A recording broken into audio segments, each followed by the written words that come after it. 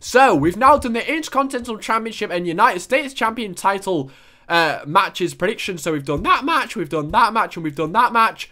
And we've got, what, 3 matches left. So, I would probably say maybe John Cena versus Bray Wyatt, maybe in the next match.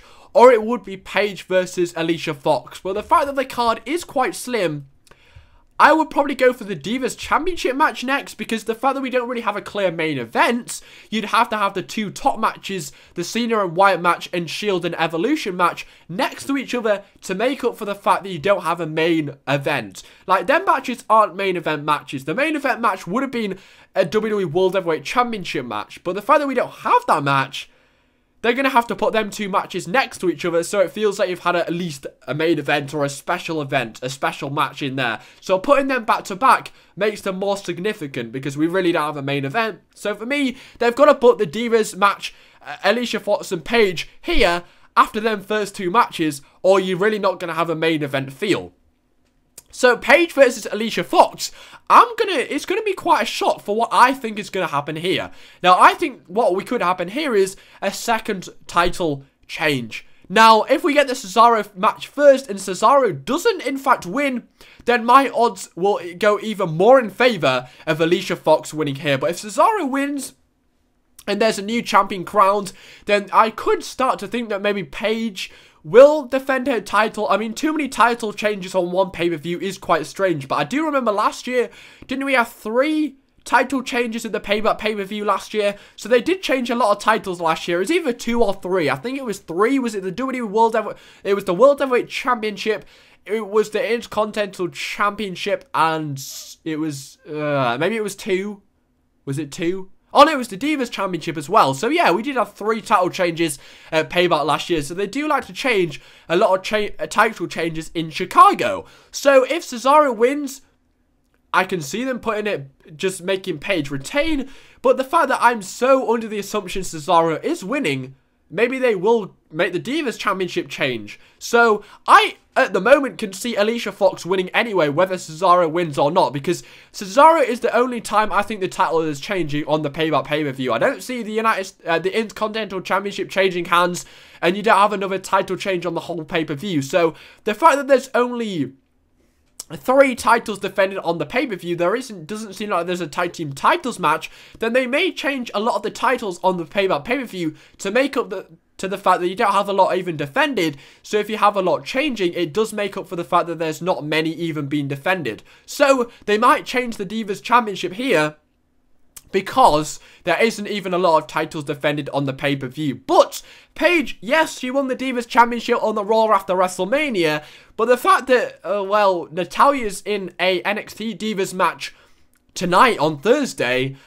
and Paige beat Tamina, and Nikki Bella and Brie Bella really aren't doing anything. Brie Bella's caught up with Daniel Bryan, and AJ Lee's away with Chicago on her couch in Chicago with CM Punk.